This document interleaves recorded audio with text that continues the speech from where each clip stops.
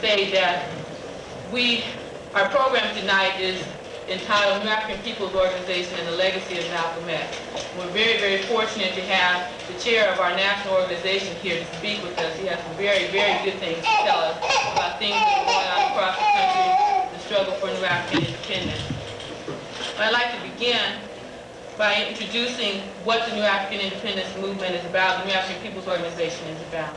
First of all, it was founded in May of last year, May 19, 1984, the birthday of Brother Malcolm X.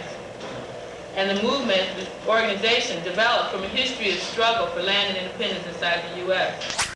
There are New Africans struggling from 3 different areas in this country, Detroit, Los Angeles, and New York City, who found that a lot of our work was very, very similar, and a lot of our ideology was similar, so that we needed to begin to unite into some cohesive organizational work. To have this program this evening is part of New African History Month. And we say New African History Month because we see ourselves as being New Africans. Right. The struggle for land and independence, we understand, is a protracted one. So it's not something that in the month of February, at the end of this month, we're going to say, okay, now we're free and now we have our own nation. However, we can use the fact that there is a lot of media attention being drawn upon black history and begin to promote some of our ideas. That's right. So we see it more as Black Liberation Month, a time to begin to talk about our liberation, the struggle for land and the struggle for independence. Right. It's a chance for us to look at our history as warriors on the continent of Africa, and also the struggle for freedom as a captive nation inside the United States. It's a chance for us to take time to remember that New African warriors are still struggling for land and independence. Right. Not only those of us that we see here, but through another movement. It's also time for us to begin to talk to our children and begin to make sure that our children understand that we are more than just Michael Jackson or Prince, that we have more to our struggle than just those things. Right. Although we all appreciate music and we like music, we understand that our struggle has a history to it, a very rich history to it, and it's important that our children understand that. One of the things that's very, very sad to me is that a lot of our children in high school don't understand anything about our history, because we grew up in the 60s, which many of us were able to learn from. They know nothing of that. They know nothing of who Martin Luther King was, who Malcolm X was, and who these people actually struggled for. They have no understanding of why, we're even talking about a history month, or what's the importance of it. The only time they ever talk about it is in February. So it's important for us, make sure that our children participate not only in the month of February, but throughout the year. That's right. I think, as I said, the title of our program is The Legacy of Malcolm X. And we have a speaker to actually deal with that issue, so I'm not going to spend a lot of time dealing with it. But I would like to read a quote that I think is very, very appropriate, and it was a quote from Malcolm X.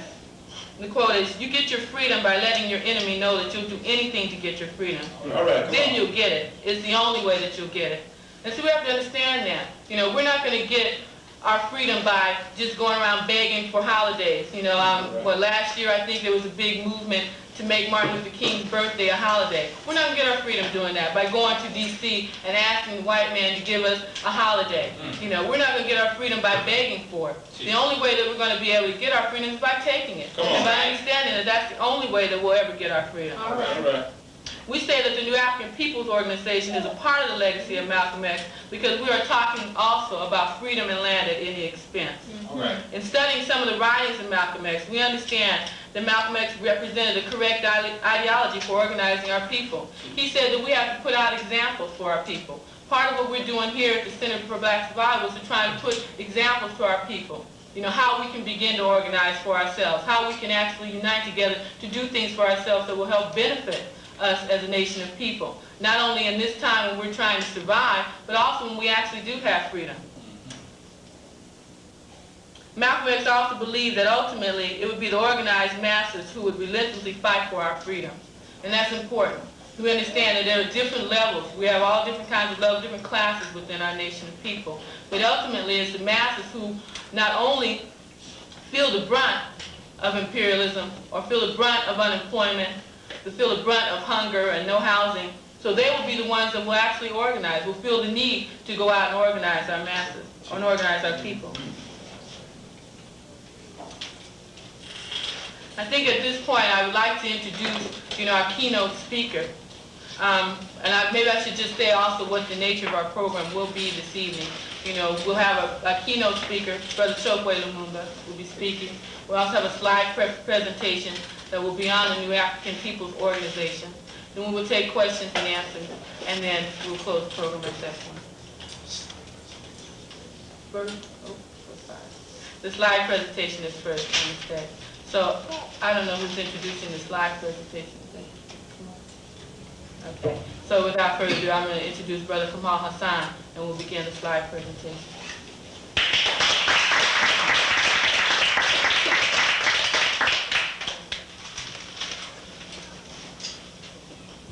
There isn't a whole lot for me to say other than this is a slide presentation that illustrates some of the concerns of the New African People's Organization and some of our organizational thrusts. Way of putting out the kind of ideas that we want out about the New African People's Organization and about our struggle.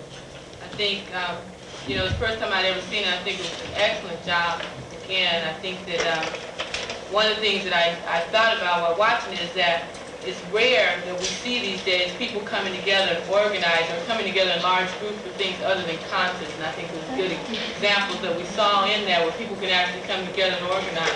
Those were like rallies and things that people were going through around particular issues. The next part of our program will be our keynote speaker, who is Brother Chokwe Lumumba.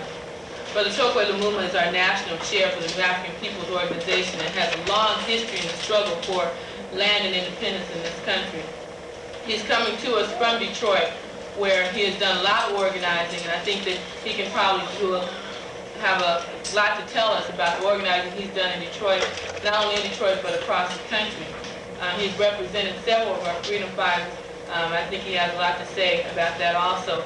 I think the brother has a way of putting things out there. He's an attorney, and he has a way of putting things to us that makes us understand what our struggle is really about.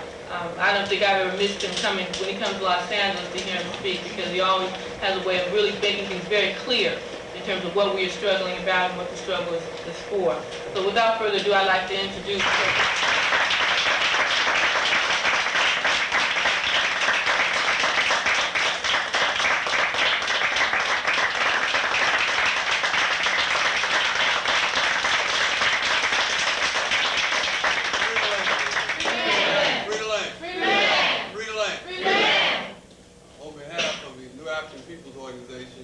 here in Los Angeles and Detroit and around the country. I want to bring each and every one of you warm and revolutionary greetings.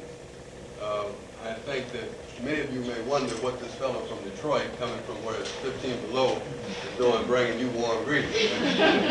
But the reality is that, of course, it's the political climate that we're concerned with, economic and social climate. And that's just as cold here as it is in Detroit. In fact, it's not only cold, it's cold-blooded. And it's cold-blooded because the people who run the society are cold-blooded. And so we need warm greetings, revolutionary greetings, not only greetings, but some warm and revolutionary action.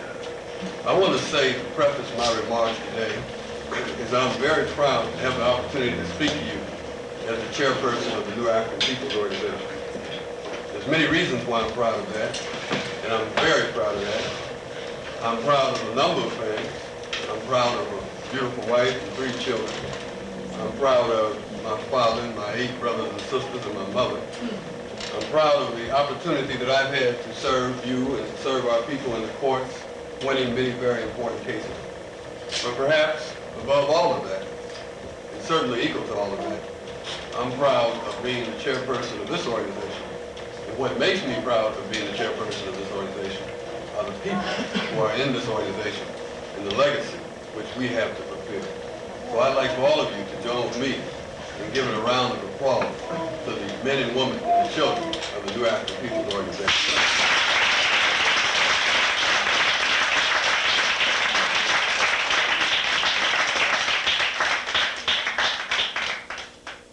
We're here today to talk about the legacy of Malcolm X, and I'm always glad to have the opportunity to talk about that.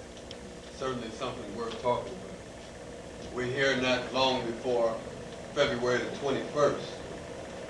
And February the 21st of each year marks the day that Malcolm X died. Now we know, of course, that we don't come together to celebrate his death. What we come together to commemorate and to remember is Malcolm's life. That's right. Actually, if his life is the only thing that makes his death worth remembering.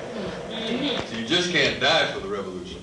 It's important to live for the revolution. That's right. And only if you live correctly for the revolution does it make sense to commemorate your death. And so we honor Malcolm because he lived for the revolution. He lived for the revolution. He lived and taught his people in the streets of Detroit and Harlem and Los Angeles and wherever he could go. He was dedicated to the uplifting of new African people in America. And so we see Malcolm as kind of a prophet. Not a prophet in that he came from anywhere in the sky. All right, come on. Not a prophet in the sense that he was supernatural, but a prophet in the sense that he spoke the truth.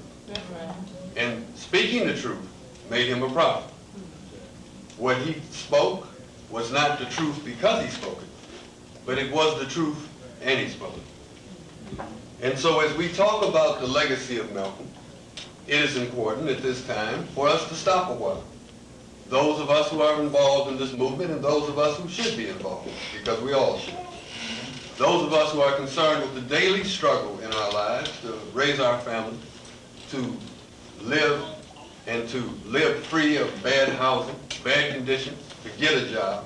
That's a struggle for our people across this country today. It is important for us to sit back and look at this great man and say, what are some of the principles that Malcolm left us with? Malcolm left us with the principle of self-determination, self-development, self-help. He left us with the principle of self-defense. We in the New African Peoples Organization think all of these principles are very important. We know that self-help and self-development is important. You know it too. I mean, look around today. We live in communities where we can't even own the stores, that we have to go to the store to buy our food from. Right. I mean, it's always been that way, it seems, with us here in America. The situation has been the so-called integration that gave the excuse or the right for white people to come into our communities and to run our stores and to exploit us for long periods of time. When the regular white people got finished doing it, then they sent the Zionists in. That's right. And the Zionists came into our communities and exploited our stores. And now that the Zionists have gone to new heights, they have stole Motown Record Company and stole a number of other things. That's right. They've controlled the booking industry and controlled the things that our kids read in the schools. Now we got new people who come in to exploit our stores. That's You right. go to New York, you see Koreans who run the stores in the black community. If you're in Chicago, you see Vietnamese who run the stores in the black community.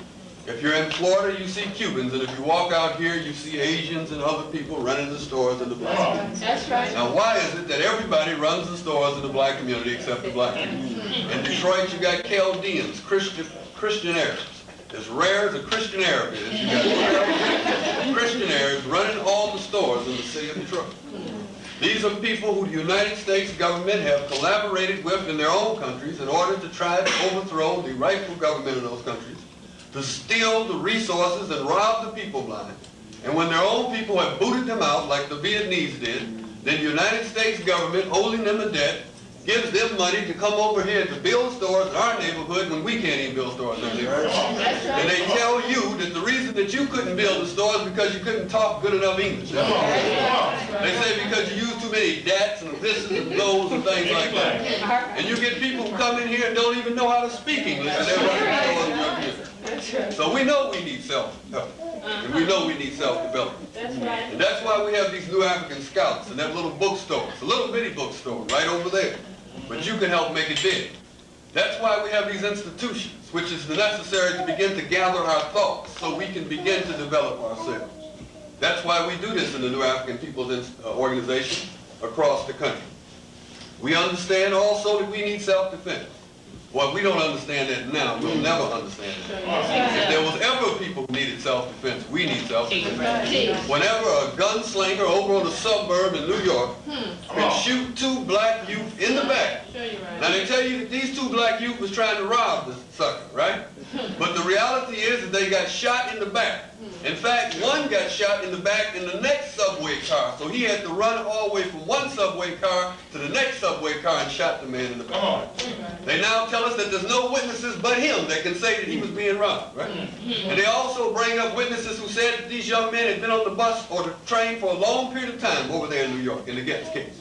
And that in that subway they had stayed there for a period of time and talked to many people, asked people for cigarettes and other things, but hadn't bothered anyone, right? And we know that this man is a white supremacist, a racist that's made racist remarks before. That's right. And that after he had shot these young brothers, he said that he would have killed every one of them if he wouldn't have ran out of bullets. But what's so interesting about that is not only that he did it, but that it was so popularly accepted by white people across their country, and even by some handkerchief-head Negroes and other black people who are uninformed. We need self-defense. They're telling us today that we need self-defense because they believe they have the right to take our lives. That's right. 60% of everybody killed by white police officers or police officers, period, in this country are black people. That's right. 54% of people executed in history are black people. And we only constitute, they say, 14% of the population. In the city of New York, in the Eleanor Bumpers case, just a little while ago, a white police officer with 6 of his buddies went into the woman's apartment in order to evict her because she hadn't paid the rent of the tenement, right? $90 for 1 month's rent. They came in there with guns to put her out of that apartment. And when she refused to leave, they shot her head off, and then they shot her in the chest, and they killed her. And the police officer who did this was not indicted for murder like he should have been. The guy's name was Sullivan, and he was only indicted for manslaughter, a charge which he can get probation for. And then after he got indicted for manslaughter, the police got so mad that 10,000 of them took to the streets to march, saying that he never should have been indicted in the first place. Armed with guns, 10,000 low-down, white, racist police marching in the streets of New York, saying that they believed that he had the right to take Eleanor Bumpers' life. So they're telling you, in popular ways, you saw what was happening there on those pictures we were looking at, how when they burned the brother at the stake, it wasn't just 1 or 2 people out there. There were crowds of people out there. They publicized lynchings in the paper in history. They put them on bulletin boards, so tens and sometimes 15,000s of people would come together. It's the same thing now. White people popularly support the notion that black people have got to die and that white people have the right to take their lives.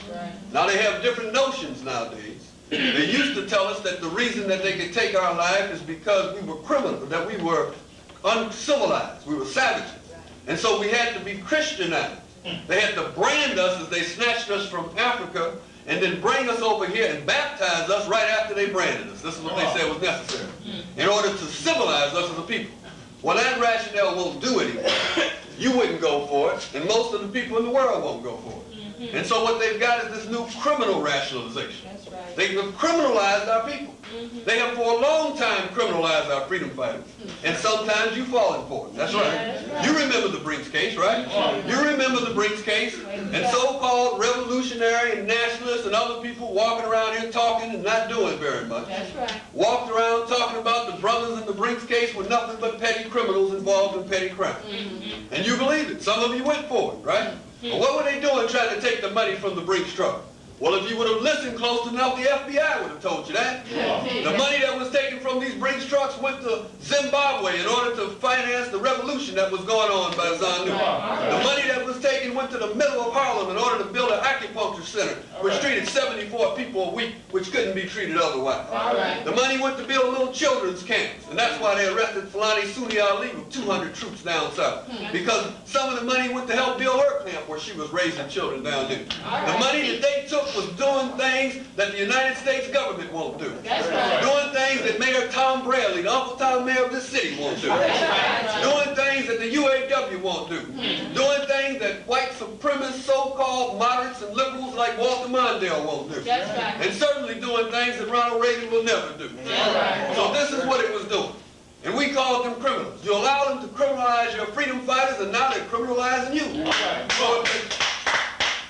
So if your children go on the subway, and if they ask somebody for something, or if they be a little rowdy, then they're crooks, and they can be shot down in the street. They're criminalizing a whole black community. And every single crime that black people are charged with, what they'll do is they'll put it in the paper.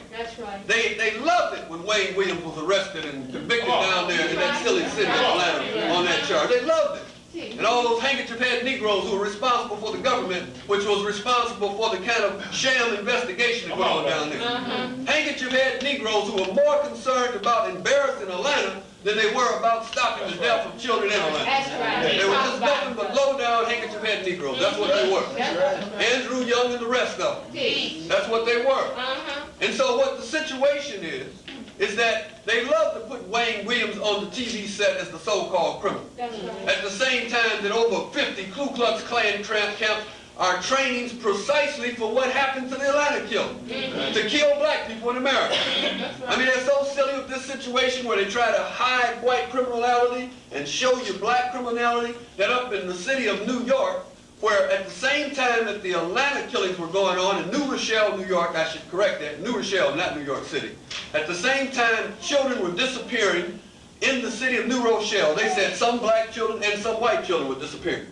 And they had a description of the person involved.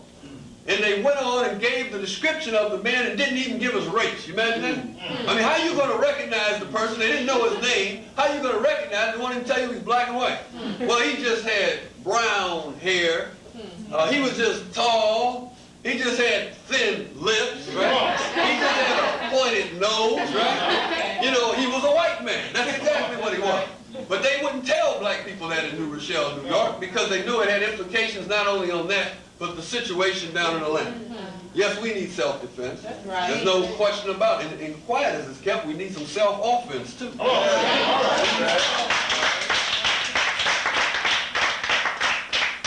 And that's what the Black Liberation Army and others are giving us, some self-offense. Malcolm also talked about internationalization.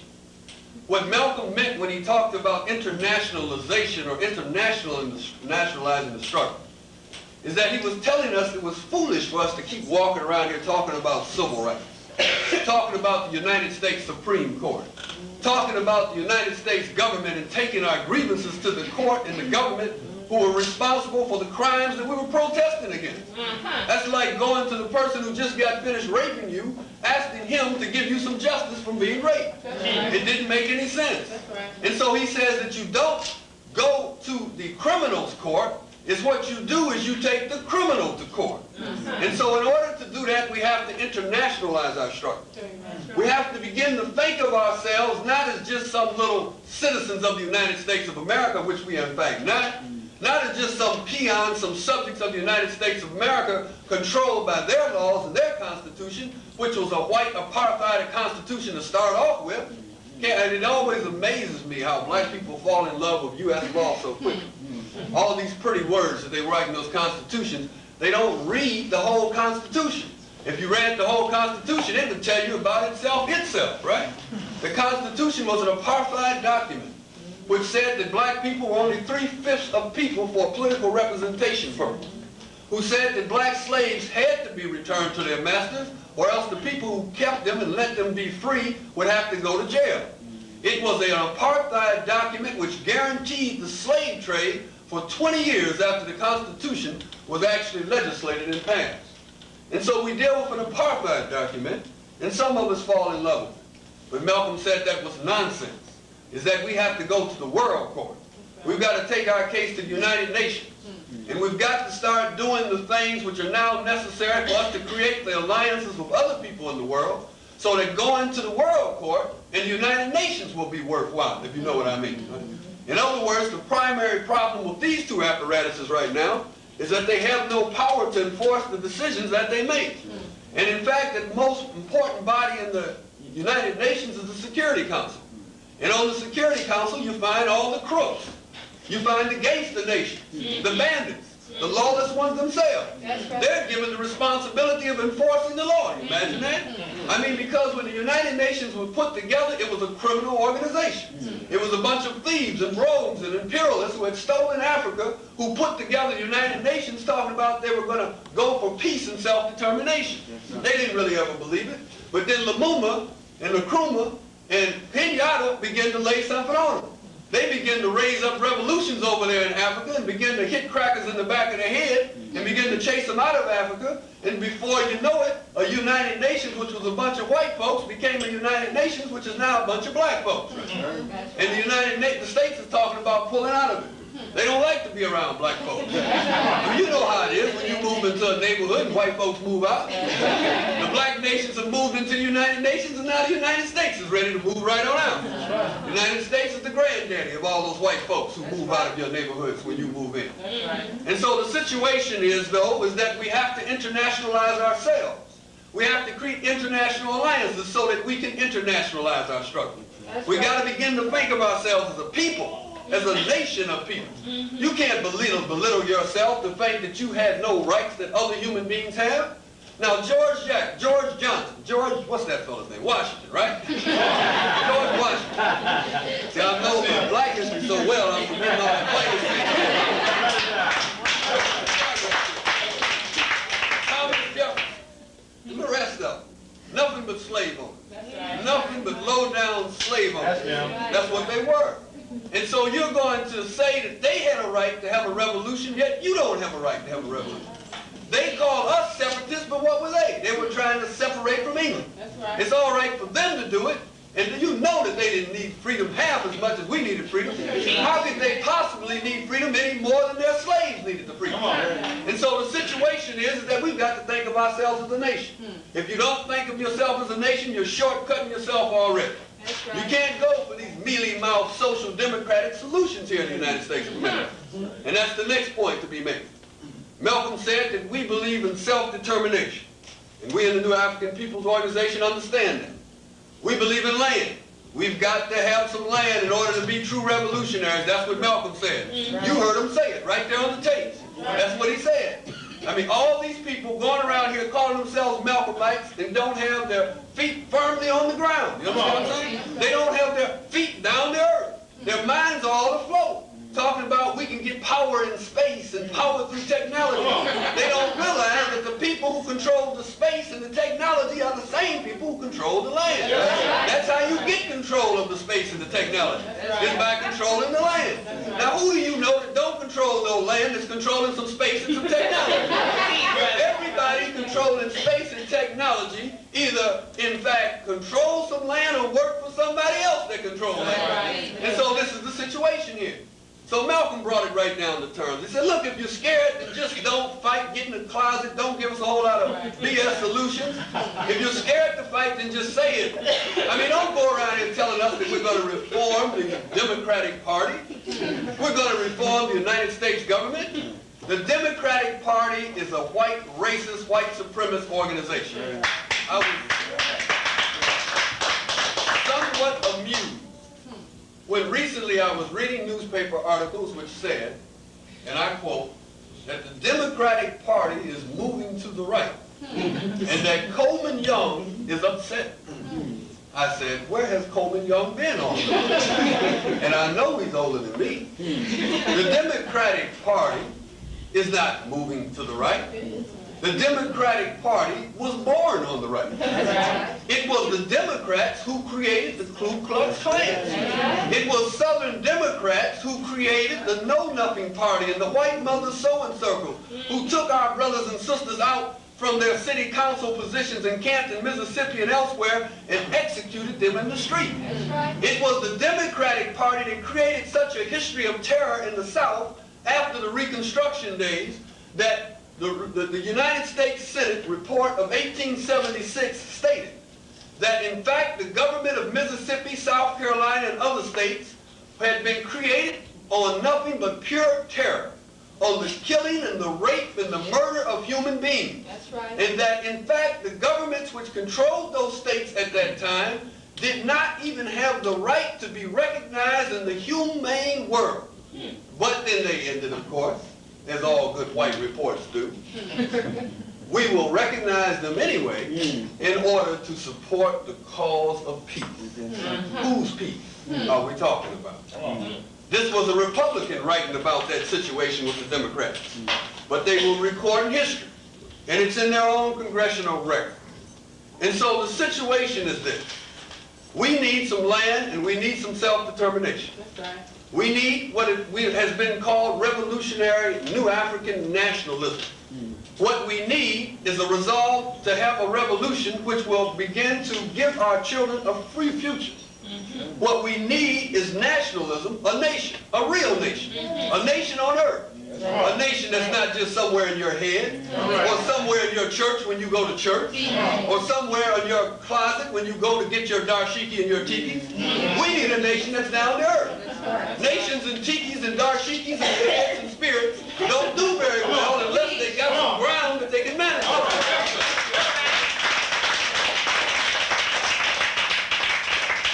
And so being revolutionary New African nationalists in the spirit of Malcolm X, we say that we need land in America. That's right. And everybody says, well, you can't have the 5 states in the South. Everybody knows that black folks can't take that from white folks because white folks are too tough. The United States government's got bombs. They drop bombs on people. Certainly they drop bombs on people. They drop bombs on the Vietnamese people. And look where Vietnam is today. Right. They drop bombs on you right now. You don't have to have a nation in order to be bombed out. You go out here and look at this community out here and tell me it doesn't look just like Germany right after the bombs, right? You got houses all torn down. You got places all torn up and roads all broken up and homes all broken up and heads all broken up and glass all broken up. You live in the most bombed out societies in the world. I've been to bombed out societies in Germany. I know how they look, and I tell you, you lived in a bombed out society. Now they haven't dropped any bombs from the sky. But what they've done is they drop little white chemicals down into your community. And these little chemicals get into your children's veins and they get into this dope trance and they begin to crawl through windows. They begin to burglarize their next door neighbors and their mamas and their daddies, and all of a sudden you have bombed out communities. You live in a worse kind of bombing situation than most people in the world live. Because yours doesn't happen all at once so it can get over with. Yours happens year after year and day after day, so you've got to suffer and suffer and suffer. This is the situation we live in. You saw it in those slides that we just saw just a few minutes ago. So yes, we think we need some land and some self-determination. We think that if people got the guts to take it, then we can take it. Right. We think that if we can get enough people in the areas in the South, which are already majority black, to stand up and say, U.S. Postal Service, you can't go through here. United States government, we're not going to cooperate with you. We're not going to work for you no more. We're not going to buy from you no more. We're going to seek different alternatives, and we strike when it's best to strike, and we work only when it's best for us to work, and that we boycott when it's best to boycott. These are things which have been done already. The South is filled with strikes and boycotts from time to time over the civil rights movement. The only problem is we've been boycotting and striking sometimes around the wrong thing. Right?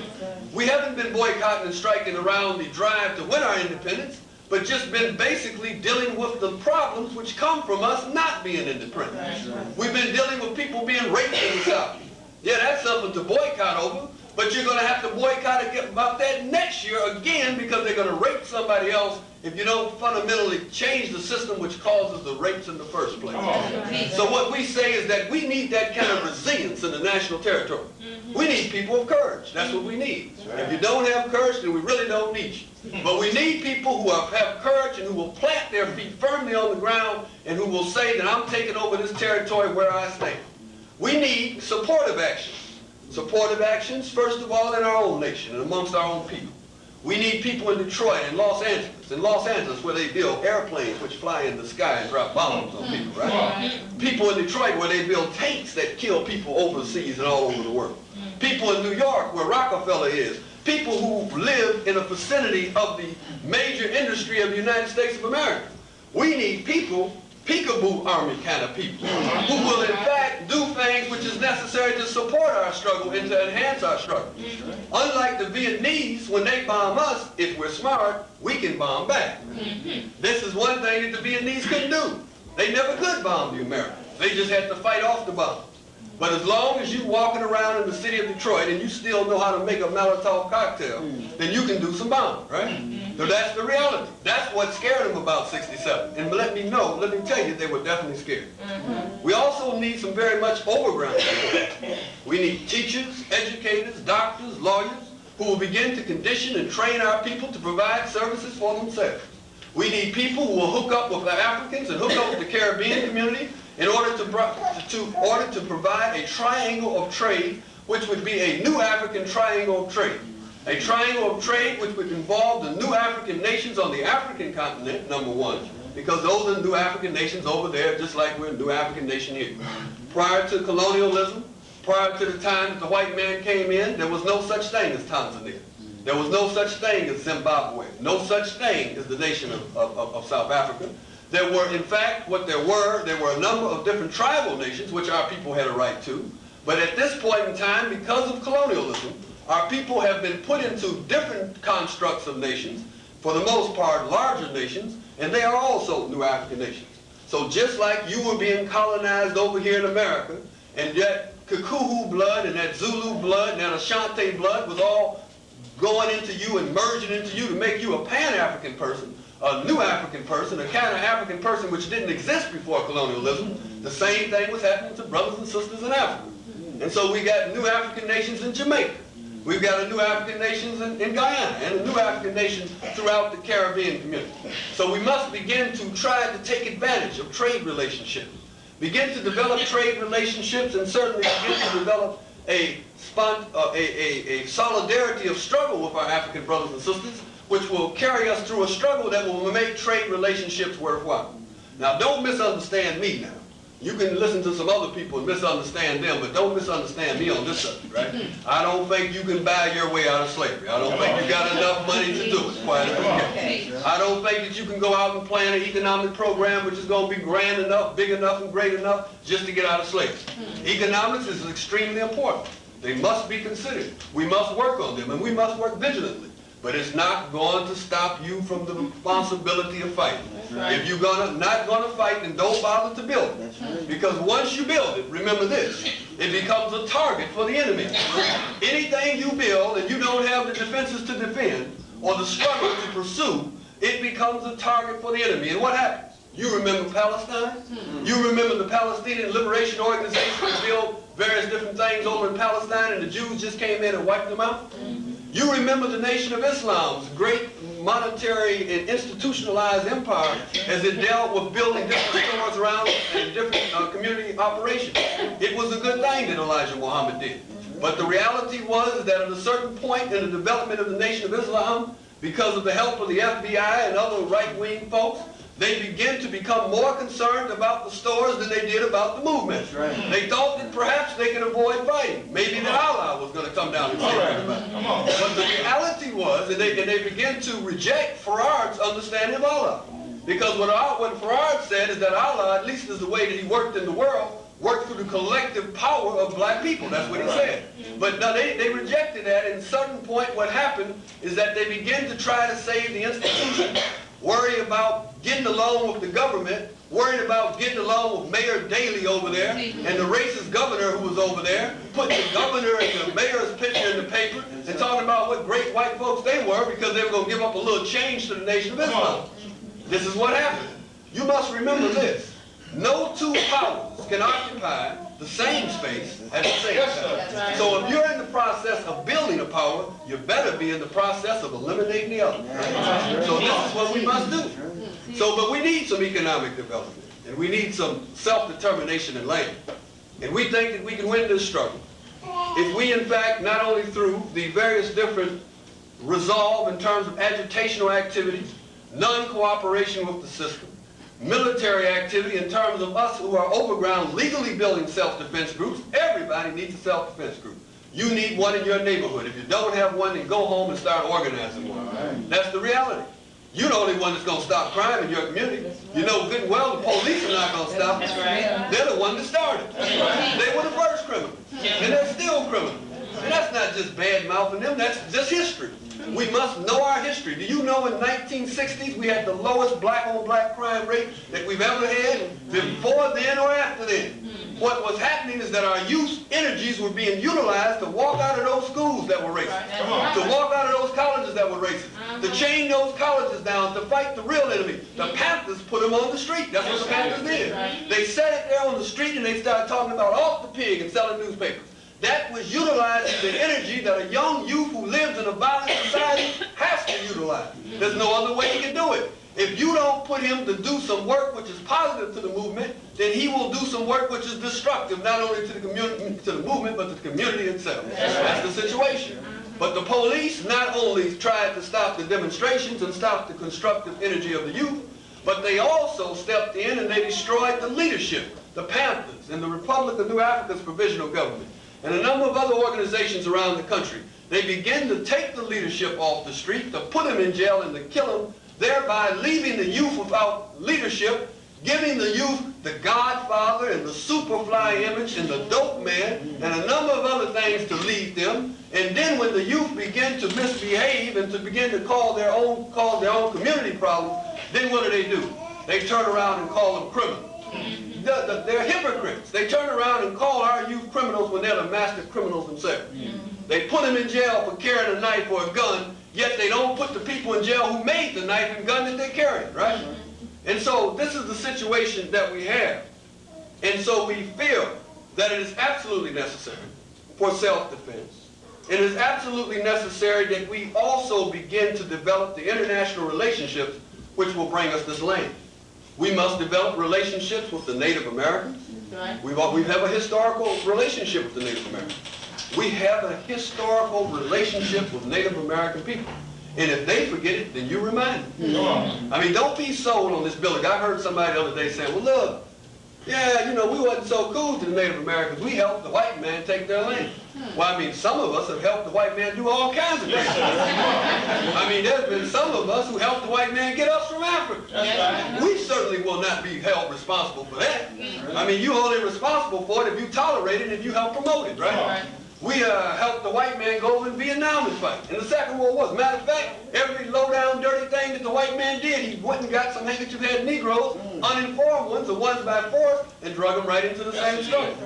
And so the reality is that that's, of course, true. But the Native Americans also have been victimized in that same way. Native Americans, in many instances, helped the white man catch slaves and bring them back to the plantation. Native Americans held black people as slaves at the time. But we don't hold the Native Americans responsible for that because that's not the predominant experience of the Native Americans. We don't pick out a handkerchief-head Native American and judge the whole Native American people by that handkerchief-head Native American. Right? And so we don't expect to be judged by a handkerchief-head either, right? So the reality is, though, we have historical relationships. When the Seminoles fought in Florida, that was an African Red Nation fight in Florida. That's right. That was a combination of Choctaw and Africans, Maroons, who had slipped off of the plantation and joined with the Native Americans in order to fight the white man. That's right. And the Seminole Wars are some of the most historic wars against the white man in this country. And so we have a political and a military relationship with the Native Americans. You've got Native American blood running around here in your veins. That's right. And so we understand that we also have been moved upon the Native American land, or the land where they inhabited in the southeastern portion of the country. And through no fault of our own, we were brought here, and what we have done is, with our slave labor, develop that land. Now, when you start talking about land, you can't separate the land from the development of the land. No, sir. I mean, they can't send you back to Africa and give you a bridge and a road to put in your pocket to take with you, you know what I'm saying? They can't give you the kind of wealth that was created in Henry Ford's and General Motors to take back with you. And there's no reason for you to be subject to that. The reality is that we are entitled to land ourselves. Right. We are absolutely entitled to land ourselves. And the Native Americans don't take issue with that. They have already told us that they're willing to sit down with us and to negotiate on the question and to come to a resolve which will guarantee self-determination for black people in America. Right. The Native Americans say that. It's only other people with these polemics and who are trying to raise contradictions that say something different. But the reality is that we need this land, this self-determination, and this revolutionary nation. We also need unity, brothers and sisters. We need unity. And so Malcolm taught us that. Malcolm taught us about unity. What Malcolm taught us is that we must come together as a people. Now, we must understand now that unity is not a romantic affair. You don't just fall in unity any more than you just fall in love. The reality is that unity is always a constant struggle. The way we come about unity is having experiences, political experiences with one another, being honest with one another, beginning to criticize our faults and to congratulate us and support us on the things that we do right. We must do that inside of our organization. We must do that outside of our organization. We must do that between organizations, and we must do that as a community as a whole. But we must not be liberal, and we must not be non-critical. We must not just fall for hanky-panky because it's popular at the time. Because that kind of unity will never get you anywhere. It will always be self-destructive in the end. And as I talk to that, something very recent comes to mind. Now, I feel very good about talking about this now, but a few months ago, we were certainly in the dead minority. Yes, you remember the Jesse Jackson campaign. Yes, you remember the Jesse Jackson campaign? And then what happened at that time is we supported all of our brothers in terms of whatever they wanted to do with the campaign, but we said at that time, we didn't support Richard Nixon, we didn't support Shirley Chisholm, we didn't support Elvis Cleaver when he ran for president, and we wasn't going to support Jesse Jackson. We weren't going to oppose him, but we weren't going to support him. Not because we didn't like Jesse Jackson, but because we don't like the United States president. We don't like it at all. We think it's a low-down, rotten institution. We don't think there's anything that can happen there that's going to help us. We don't need somebody, a white social democrat like Mondale, who's nothing but a white supremacist. A white social democrat is nothing but a white supremacist who promises you stuff, right? We don't need people like that. They're not going to do us any good. And even a black social democrat, regardless of how and well-intended they are not going to do us any good in that office. Let's understand the diameter of the problem, the dimensions of the problem. The dimensions of the problem is this: we're living in an empire. We're living in an empire called the United States of America, which is nothing but an empire. It is not a nation, it is an empire. That's right. The dynamic of the problem is that the United States of America holds captive many nations within its borders. That's right. The Mexican nation, the Puerto Rican nation, the Native American nation, the New African nation, the Hawaiian nation, the Alaska, people in Alaska, all kinds of things. They don't, this is an empire. And people take issue with that. Well, why would you take issue with that? When they told you that Rome was an empire, you didn't take issue with that. They built basically the same way. Rome was a little bitty place, and then they went out robbing everybody else's land. The United States didn't even have a little bitty place. They came off the boat robbing people.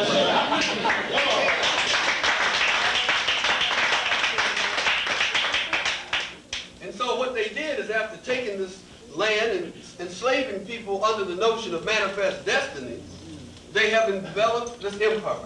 Now, the President of the United States of America is the manager, the caretaker of the empire. It's like the caretaker of the plantation. I mean, there's some liberal ones and there's some conservative ones. But essentially, as long as they run the plantation, then in fact, it's still a plantation. And you still got problems. You still got slavery. So it really doesn't matter who's in the seat unless they're going to destroy the seat itself. Now, nobody's going to run for the office. Well, maybe some people will. We might. I don't know. But right now, we don't see the person. We don't see the person who's prepared to run for the office in order to destroy the office. And that's what the commitment must be. We put mayors into mayoral seats. I know about it because I come from Detroit.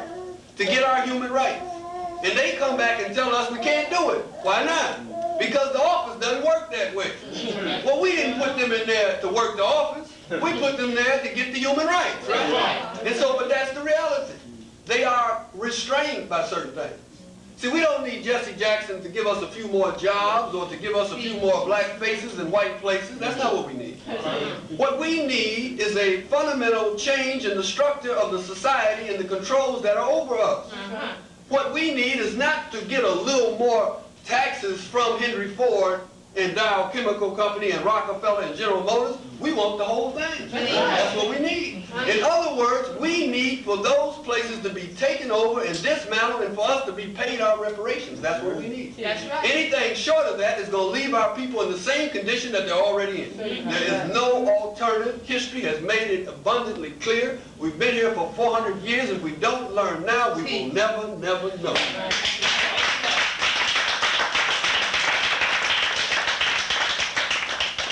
Need people to go over to Syria and get handkerchief-head Negroes who drop bombs on Lebanese people for white people. That's not the kind of international politics we need. We don't need people to go down to Cuba to get counter-revolutionaries in order to bring them up here to help the Americans, to bring counter-revolutionary pressure on us.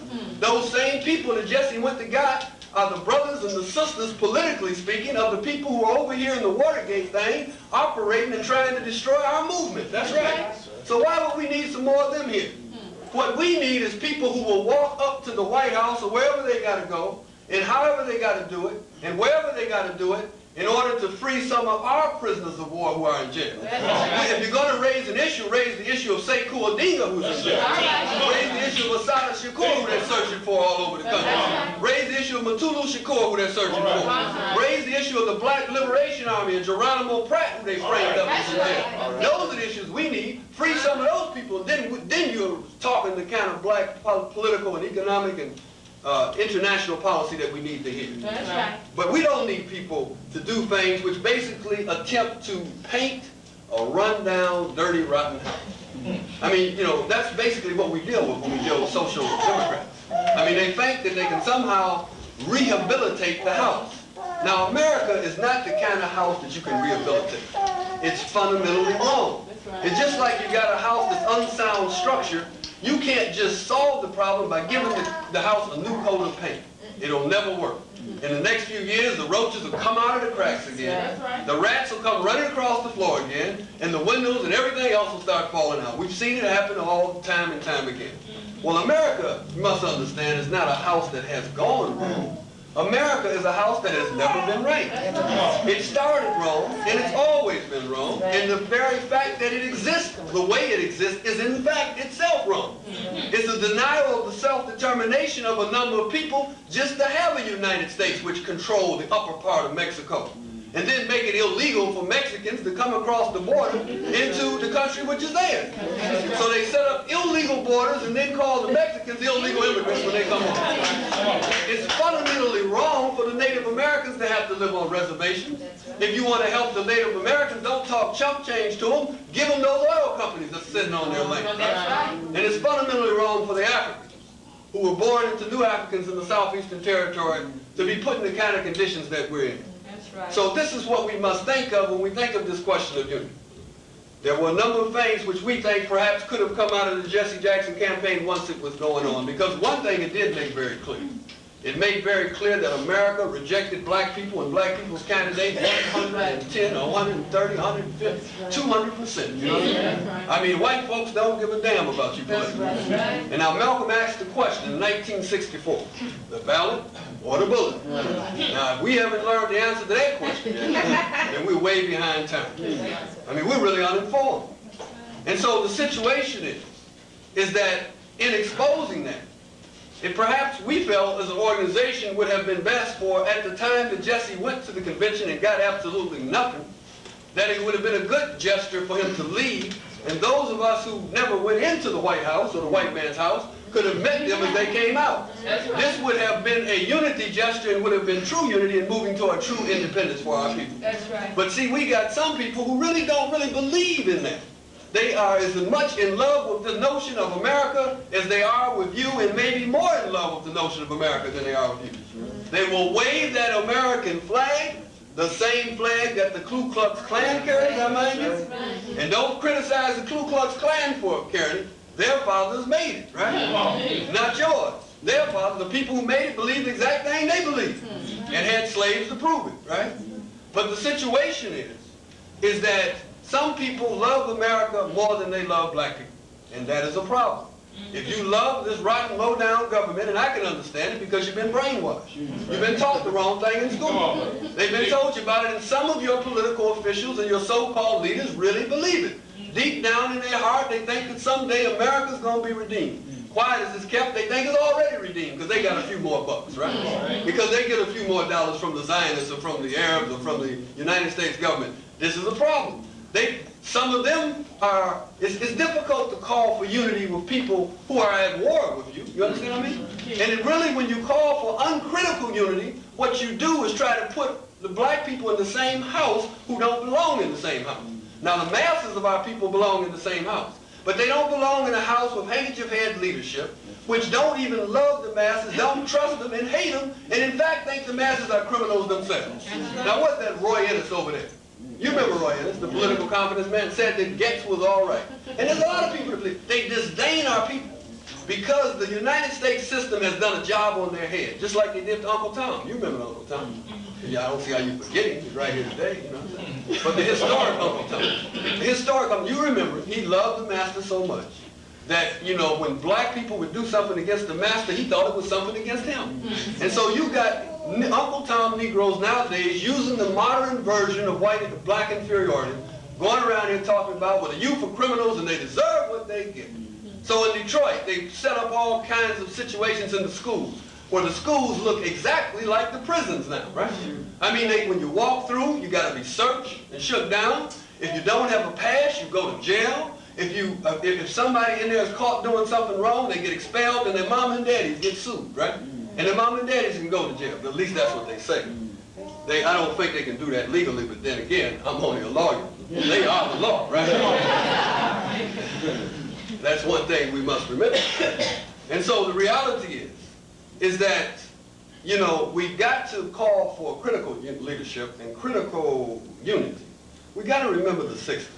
Now, once we build this mass movement and our people come together, then anybody who earnestly comes to it, no matter from what class they come to, has a right to be there. You understand what I'm saying? But remember the 60s. Remember that we had some traitors. I mean, we not only had traitors in the clear sense politically that went out and told on people and got them in jail, but we had people who betrayed you. Once us who marched through those schools and through those streets, won black studies programs, won the right for various people to go to law schools and medical schools, some of the same clowns that we got into those schools came out and turned on us and said that now you don't need no more of that stuff no more. You don't need the movement no more. It's an individual question. It's up to the individual to succeed. And if Negroes can't go and study well enough to succeed, if they're not as smart as me, then in fact they don't deserve to finish law school and medical school. Now you imagine that. A dumb Negro talking about people being as smart as him, right? And now some of these same dumb Negroes are being moved on themselves. Once they get the people, then they go to the dumb Negroes because they don't need them anymore. So you see judges being prosecuted and mayors being prosecuted. You see all kinds of lawyers being prosecuted.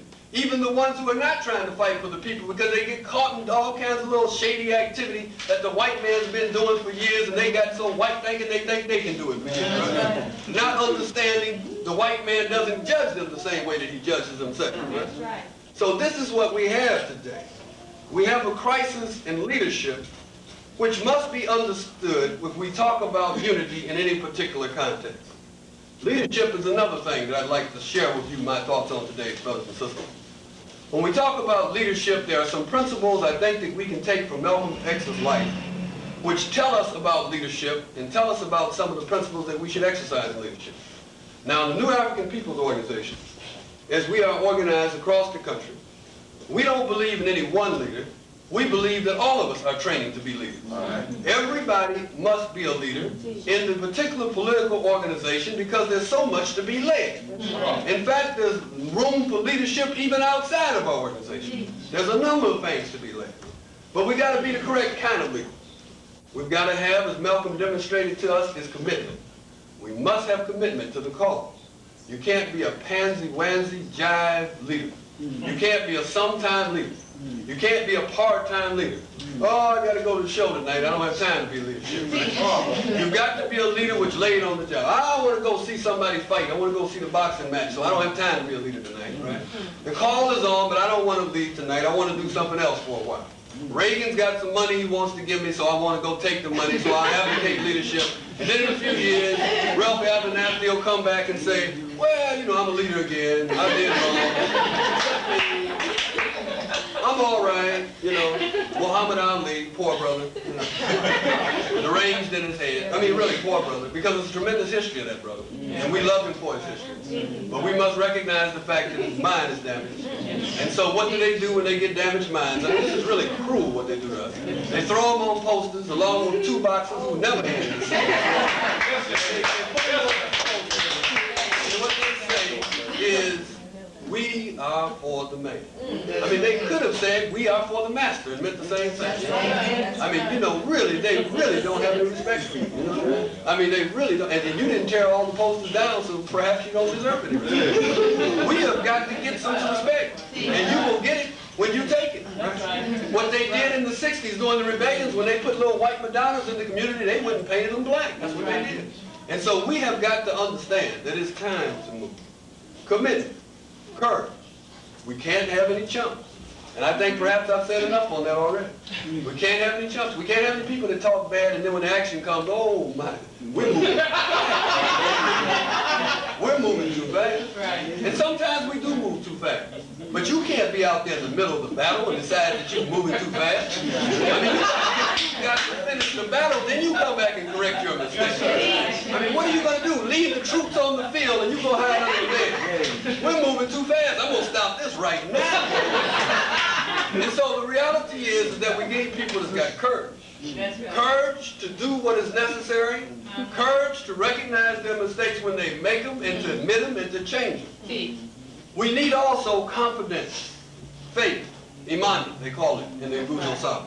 If you don't believe in it, then don't get in it. I mean, I know that some people that's wavering on the marginal line, on the margin. We don't worry about that. We don't worry about that because if we don't convince you, then Ronald Reagan and other forces like that will. Right? But when you become convinced, then let's have confidence, let's have faith. Remember that we have done a lot of things that was always said we never could do. I mean, even the little petty electoral victories we've won over the last few years, people said we never could do it. I mean, the whole question of slavery, it looked to our people at a time that we would always win slavery.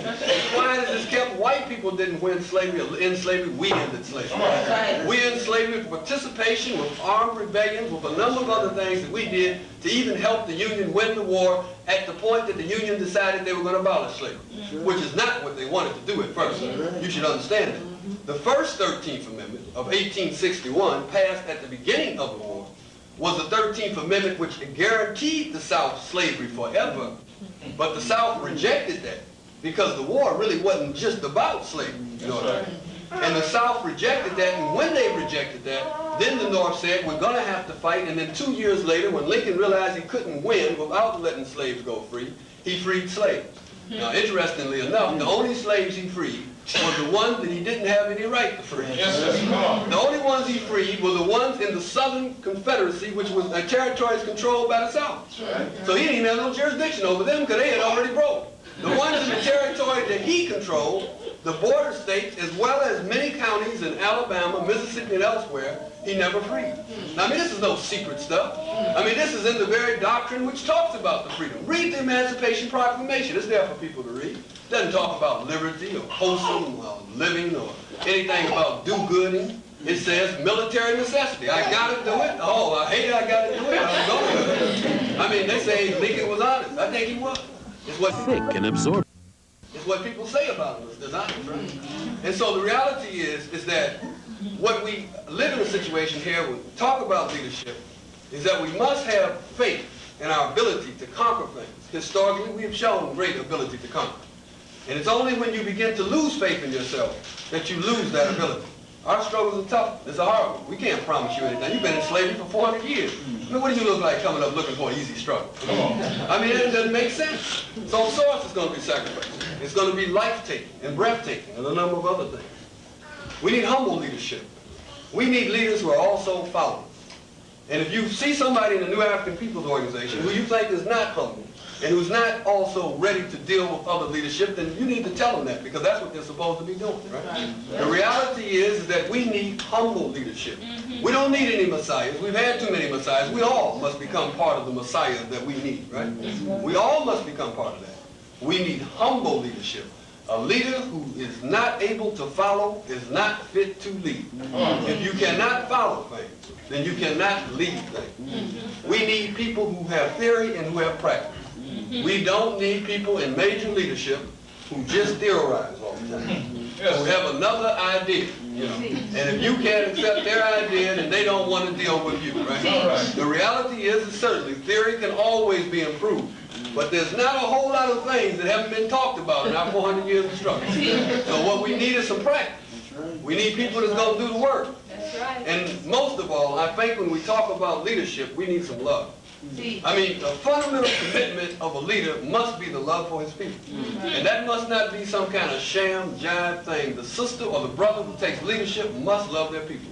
You know how important it is? I would venture to say that unless we have an indestructible love for our people, if you don't love the people, then you will eventually betray them. I will say that if you don't love them, then somewhere down the line you're going to betray them. Because this is too tough of a struggle. There are too many things that you got to confront.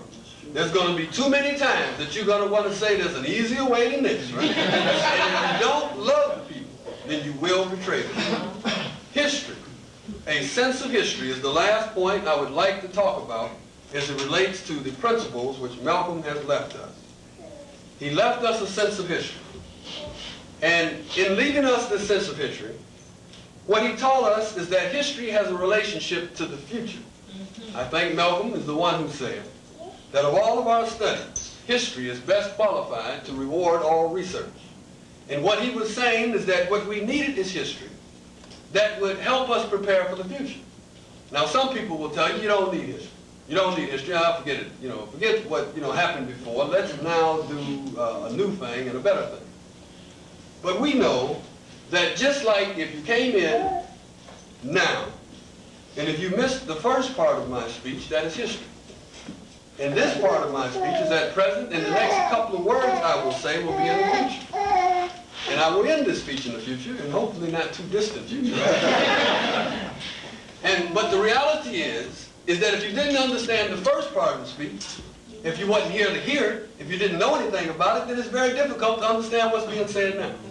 People who would try to move into the future without history are like people who would try to read only the last paragraph of a book. That's right. And think they understand. Or the last verse of a song and think that they've captured the essence of it. I mean, you might be able to get a little bitty part of it, but you wouldn't be qualified to lead me or any of you in that kind of a sense. I mean, you have to be cautious about a person that comes around all the time ready to lead you somewhere and never knows where he's already been. That's right. I mean, if somebody did that to you, you would never follow him anywhere. Well, a leader that doesn't give any emphasis to history is the same kind of thing. History we are not to be trapped in. It is important, as we have said in the last few weeks several times, is that we talk about history, but not for the purposes of being nostalgic. In other words, we don't just endlessly look back and try to emulate and imitate the ways of the past. That is not struggle. It is fine to wear our pretty dashikis and tikis and other things and to emulate some of the ways of our ancestors. But it is absolutely crazy to think that all we have to do in this struggle, or even the most thing that we have to do, is to try to do what somebody did 100 or 200 years ago, or even farther back than that, right? It doesn't make sense. The reality is that history is to be used as a doorway to the future. You should not be trapped in history. You should not always be trying to do nothing but be historic. You should, in fact, be forward-looking. We must make history. And this is the final and perhaps the most important point as it relates to history. We must make history. History is made. We in the New African Peoples Organization say that we are dialectical materials, but we are also historical materials. What that means, that's not just a fancy word, and quiet as it's kept, we're definitely not Marx and Lenin, so get that straight, all right? But Marx and Lenin didn't invent dialectical materials. That's right. You remember Akhenaten, who talked about the unity of opposites? Right. He was a black man. He was an Egyptian. And other people dealt with it. But what we deal with in that is that in the world, things are always contradictions, and when the contradictions battle each other, then something new results, right? And so you must understand that. Even in your families or in your home, there's certain contradictions, and these things are not to be feared, but they're to be courageously confronted, and we must resolve the contradictions so our families and communities will be harmonious, so that whatever is created out of the conflict will be what is best for all. That's what we talk about. But people who would think that that history comes in some kind of fatalistic way, in other words, that we are predestined to do certain things and that we don't have to really worry about it, that it'll just happen. That's not the kind of history we're talking about. We make history. We make the conditions or make the changes in the conditions which are necessary to make the changes in our lives. And in fact, I would say that if you are not making your own history, then somebody is making that history for you. And that has been the problem that we have had. There are those who tell us, forget history, let bygones be bygones. The only problem with that is that our bygones are not gone yet. In other words, those things which oppress us have never passed us by. We are still living in the same situation that we have always lived in America. It is not the essence of our economic situation that we were slaves, or that we now earn wages when we work, if we can work today, right? The essence of our situation, which creates us in a lower underclass status, is that underclass colonial status itself. We are an underclass. In other words, we are under all the classes in America. Right. And that is so from a historical point of view because America put us in that situation when it claimed illegal jurisdiction over us. We are now only employ black men by 59%. In 1950, 73% of black men were employed. In 1984, 59% of black men are employed. By 1989, 40% of black men will be unemployed. And they do not want to predict beyond that for fear that you might get mad and do something, right? The reality is that that is no kind of future to promise to your youth. And then at the same time, tell them not to snatch purses, break windows, or get on dope. If you don't have anything to promise them, then they might as well snatch windows, break, and get on dope. I mean, like, death is death. And so the thing is that we're going to promote life, let's do it totally. Let's try to get out of this situation. 57% of white income is all that black families make. Politically, we are disenfranchised. We are disenfranchised. Now, I know people will say, well, Chokwe, we vote all the time, we vote on this, and we vote on this that don't make no difference, and that don't make no difference, right? The reality is that voting is not the essence of political power. That's right. The essence of political power is what they call the allocation of valued things in a society. In other words, political power decides who gets what, when, and how. And if you don't decide who gets what, when, and how with your vote, then you might as well stop voting. Now, when's the last time you decided anything important with your vote? I mean, almost nothing that happened to us in this society was either resolved with a vote one way or the other. You didn't get here because somebody voted to bring you here. You didn't go into slavery because somebody voted to put you in slavery. And you didn't get out of slavery because somebody voted to take you out. Right?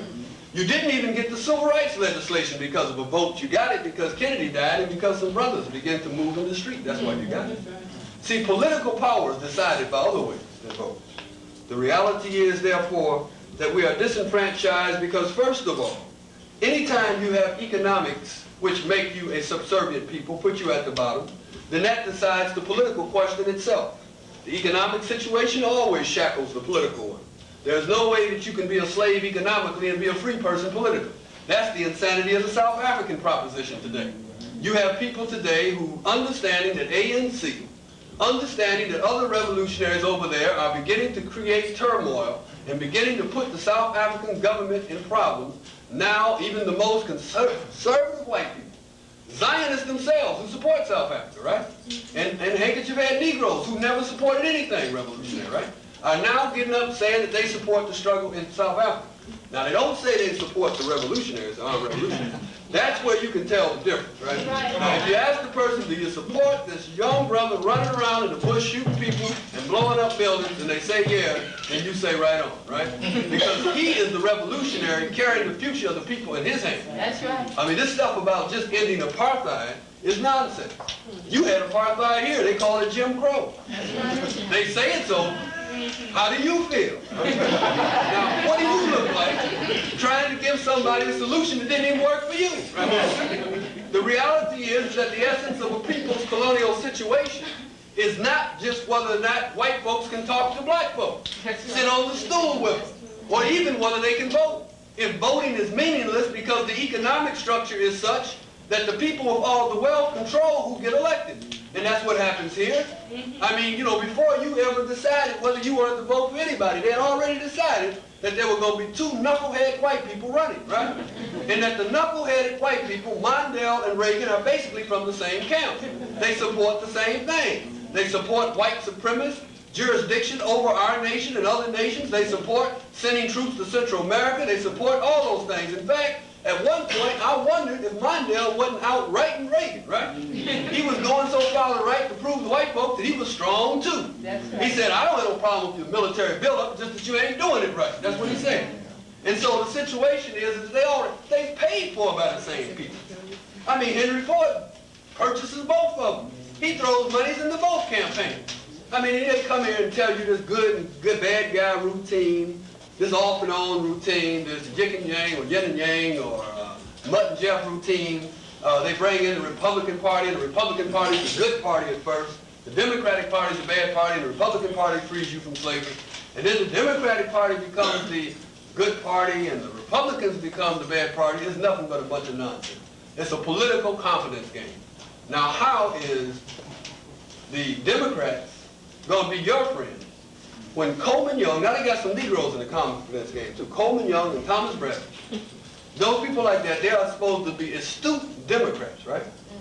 And they, in fact, are friends with Henry Ford, all right? Coleman Young is great friends of Henry Ford. You're supposed to be one of the wonders of Detroit, you know?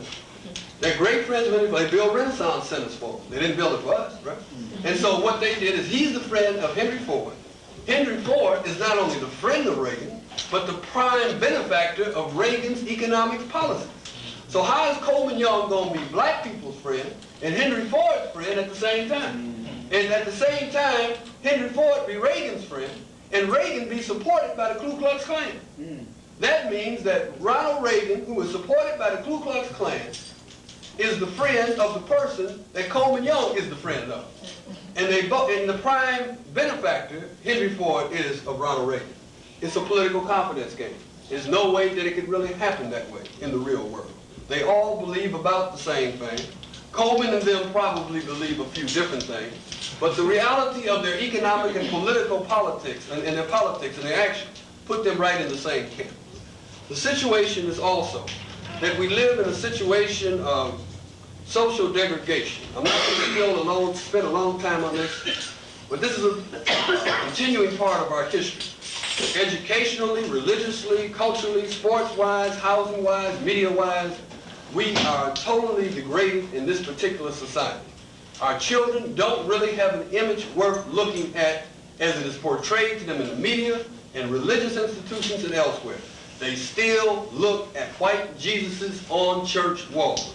They still are filled with white nationalism. They not only see Tarzan and He-Man and Superman and Batman on TV, but they go out in the streets, which are named after people who owned their great-great-granddaddies and great-great-grandmothers. They go to schools called Lincoln. They go to down streets called Washington Boulevard.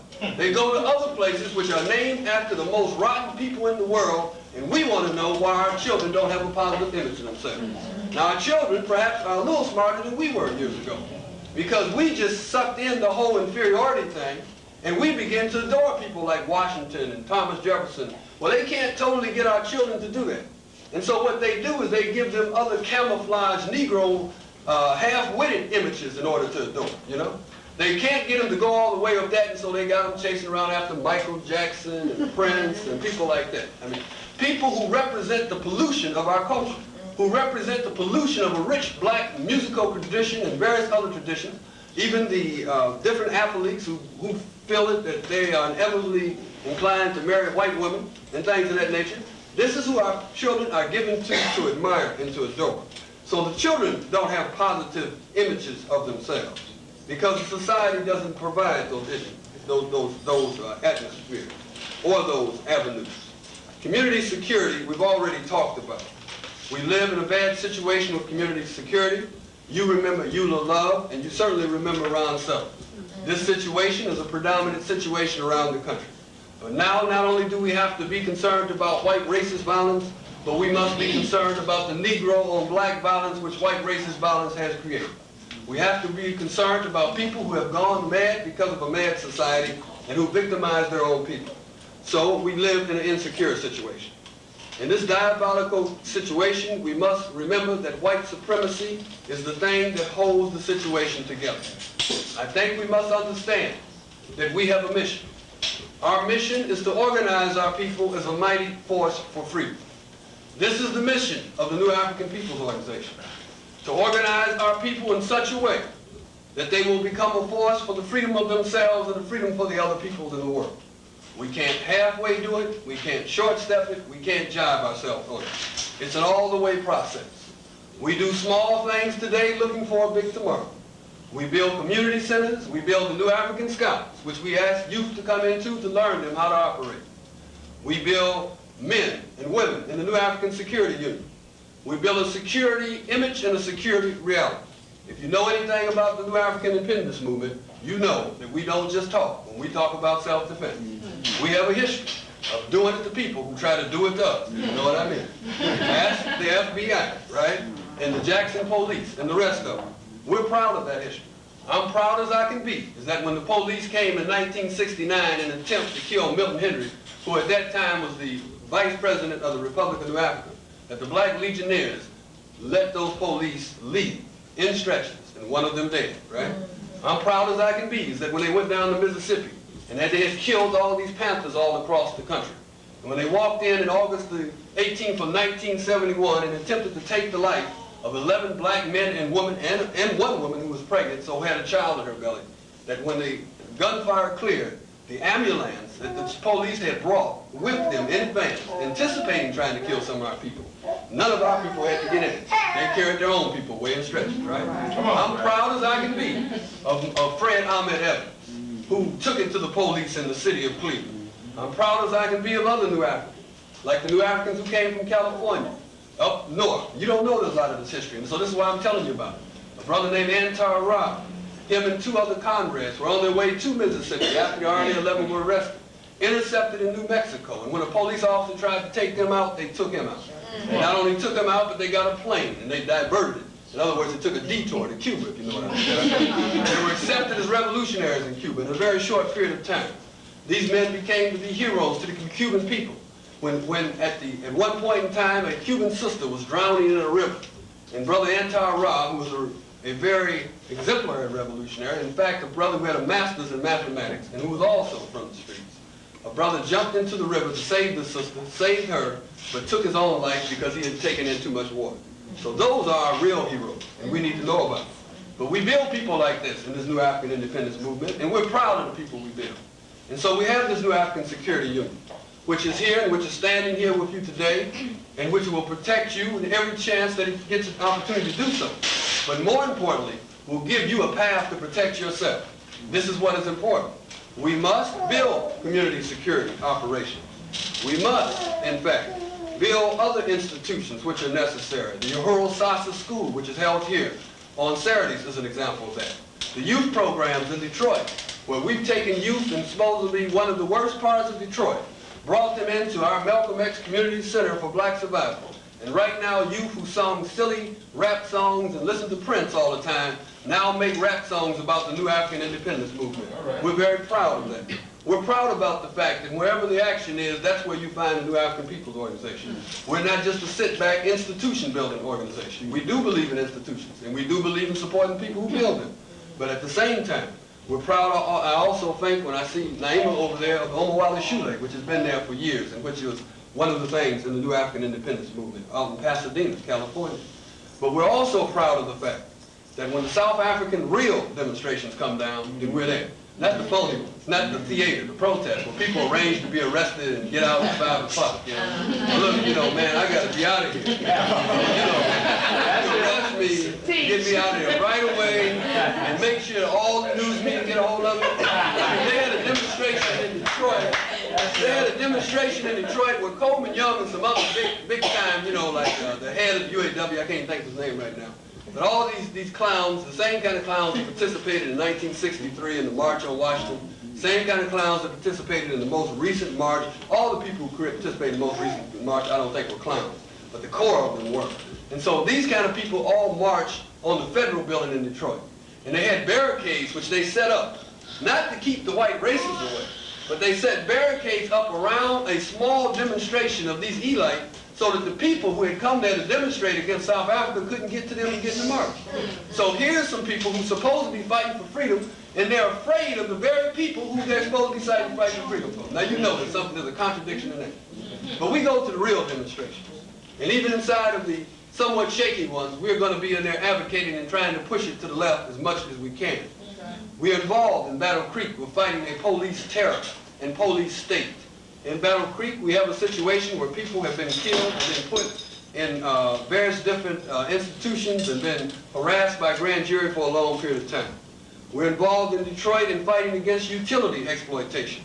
So in Detroit, where it is very cold, as you know, there's been a record number of black people and elders dying each year because of the fact that the Michigan Consolidated Gas Company will turn off their gas. But once UEP Newton said something which I thought was very real, and it went to the hearts of our young brothers and sisters who put this campaign together themselves, the youth. Huey said that the spirit of the people is greater than the man's technology. And so what they did is when the gas man came to turn off the gas, there just happened to be a whole lot of people out there, right? And so the gas man got out of the town as quick as he possibly could. Every time he would come and we would find out about it, then there would be some people there. And he would turn tail and run. So what happened is ultimately the Michigan Consolidated Gas Company, realizing that this was a big issue, and it was a very unpopular one with them, called us up and said, well look, anytime you really want to keep somebody's gas on, just let us know, and we'll try to keep it on. We won't turn anybody's gas off in the winter. We've gone along with that for the time being, and we've actually saved 60 to 70 different people in their gas during the winter time. Of course, that is not the solution. The solution is to free some land. People don't have the right to own gas companies and charge people for gas which is pulled out from underneath the land which they stand on. We understand that. But we are also doing a number of different things around the country. We hope that you can join us. We really hope that you can join us. We have shown you a slideshow and we've made to you a presentation. Despite what the press says, there's nothing crazy about us. We all know what we are talking about. As a matter of fact, those who are in the movement, not only us, but people who take a sound judgment on the necessary for freedom for black people, are the only ones who have escaped the insanity which we are confronted with. We are a number of people and do a number of things. We have people who don't have jobs. Black people have people who don't have jobs. We have people who sweep floors. We have people who take care of children. We have people who teach children. We have people who are doctors. We have people who are lawyers. We have people who do a number of different things. We have people who are working for the freedom of their people with the skills that they have. We hope that you become one of those people. We would like to see many of you become members of the New African People's Organization. Members of an organization which, believe me, at this point in history, does not in fact reflect the tremendous institutional building potential of Marcus Garvey, does not at this point in history reflect the tremendous ability to put the people in confrontation with the system like SNCC, does not have the tremendous zeal to win or the tremendous ability at this time to win the propaganda warfare like the FBI said that the Panthers were, or the people who have, of course, the charisma of the Malcolm X. But believe me, that every one of those brothers and sisters live in this organization. They all live in us. And so all we have to do is to take these seeds and to cultivate them. And within days, months, or maybe years, we will put a movement on the streets that will not only shake the foundations of this racist society in North America, but will indeed crack the foundations of the imperialistic world. So I say thank you very much for listening, and free the land. Free the land.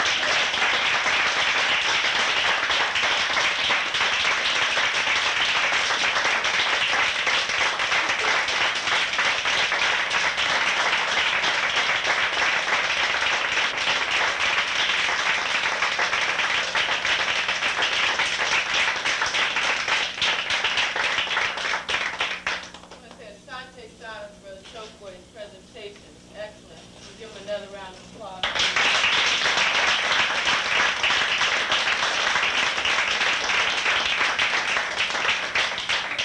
Brother Chokwe brought out some very good points in his presentation, and one of the things that stuck in my mind was the commitment and courage. And I think that's one of the things that we need here at the Center for Black Survival. We're going to bring on Sister Sophia, who is one of our cadre members, who's going to talk about some of the programs here at the Center for Black Survival and how you can participate in them. Sister Sophia.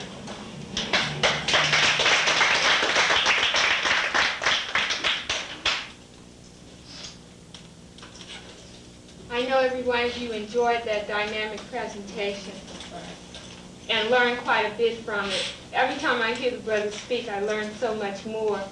And it just reinforces the fact that we always have to study and we always have to grow in the struggle. One of the things that I'm up here to talk about is a material way of supporting the Center for Black Survival in our programs. We have several programs here. One of them the brother mentioned, Uhuru Sasa's tutorial program, which is our Saturday school. And we try to combat the miseducation of the public schools as much as possible within our limited time frames and space. And what we do is tutor children. I think our kids are coming mainly from 49th Street School right now. but we tutor them in math and reading and African history and culture, and we teach arts and crafts, we take them on field trips, and we try to give them a supplement to what they're getting.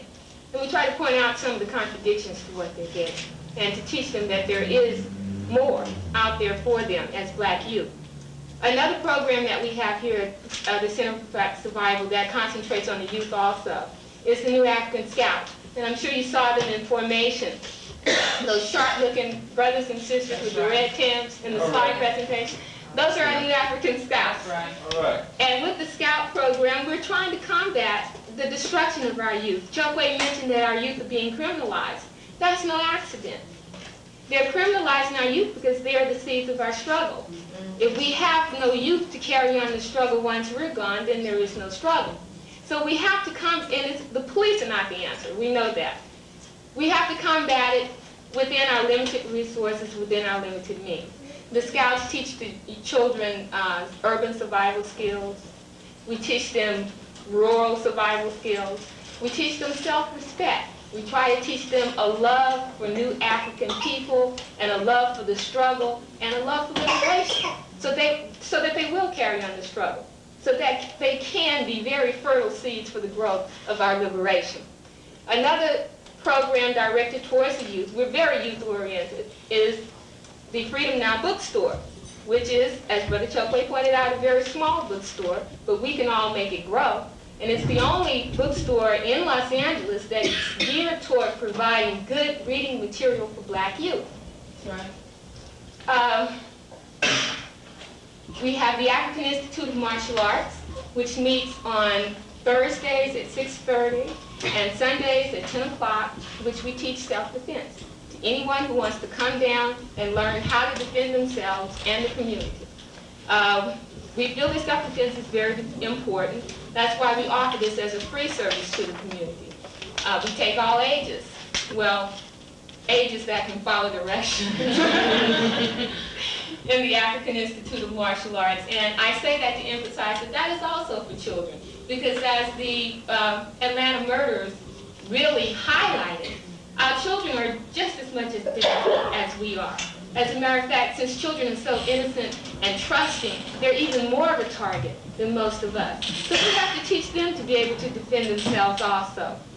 We have what we're participating in now, the New African Nation Building Forums, in which we try to provide, well, all of our speakers aren't as dynamic as Chokwe, but I guess you can understand that after having heard his presentation. But we do try to provide good speakers and good topics on issues that we feel are crucial to the development of the community and our survival as a nation in the New African Nation Building Forum. One of our most fruitful programs at this point in time is the Black Survival Food Co-op. And the food co-op concentrates on meeting one of the needs, one of the severe needs of our people, providing good, healthy nutrition. Because in order to struggle, we have to be healthy. And in order for our children to grow and become warriors, they have to be healthy. The institutions in our community are not controlled by us. And we don't have resources to go down and buy wraps or boys. But what we can do is go down and cut all of those sources out and go straight to the distributor of the food. That way we can provide a lot more of a better quality at much reduced price. So the food co-op shops every other week, and the only requirement is that you work. It's not a shopping service. What you have to do is participate in something that's going on for your own benefit. All we ask is that you shop when it's your turn, even though it means going down at 1:30 in the morning. And we party at 1:30 in the morning with no problem, right? Okay, so we could go shop for food. It means distribution. We have to distribute the food among the families once it's brought back to the center. It also means participating in collection. Actually, it's not a whole lot.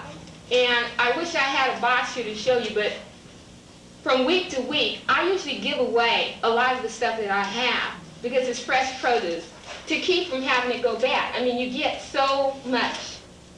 And it's a very worthwhile institution that we're trying to develop here. And I think we've grown to about 30 families. So if you need any more information about the food co-op or any of the other programs that are going on, you can see me or any other members of the New African People's Organization here at the Center for Black Survival. Now, I said all of that to say this.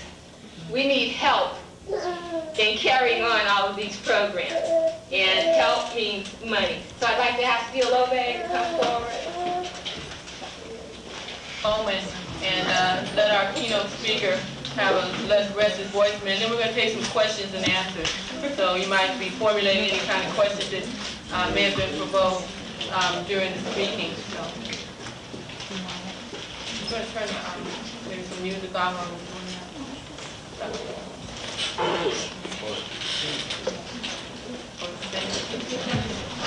Back up right now. We're going to take a few minutes with some questions and answer period.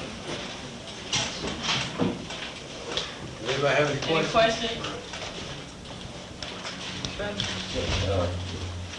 I really enjoyed the presentation, but I'd like to ask you to elaborate a little bit more more about receiving reparations for the iron slaves. Okay, I think that in order to receive anything, excuse me, I'm losing my voice. But in order to receive anything, I think it's necessary to, first of all, you have to create a proper demand. And in creating the demand, you create the potential for getting what you want. You create people's allegiance to the idea, and you also have to plan for tactical and strategic ways of doing it. I think that in terms of reparations, first of all, we must create a concept of ourselves as a people.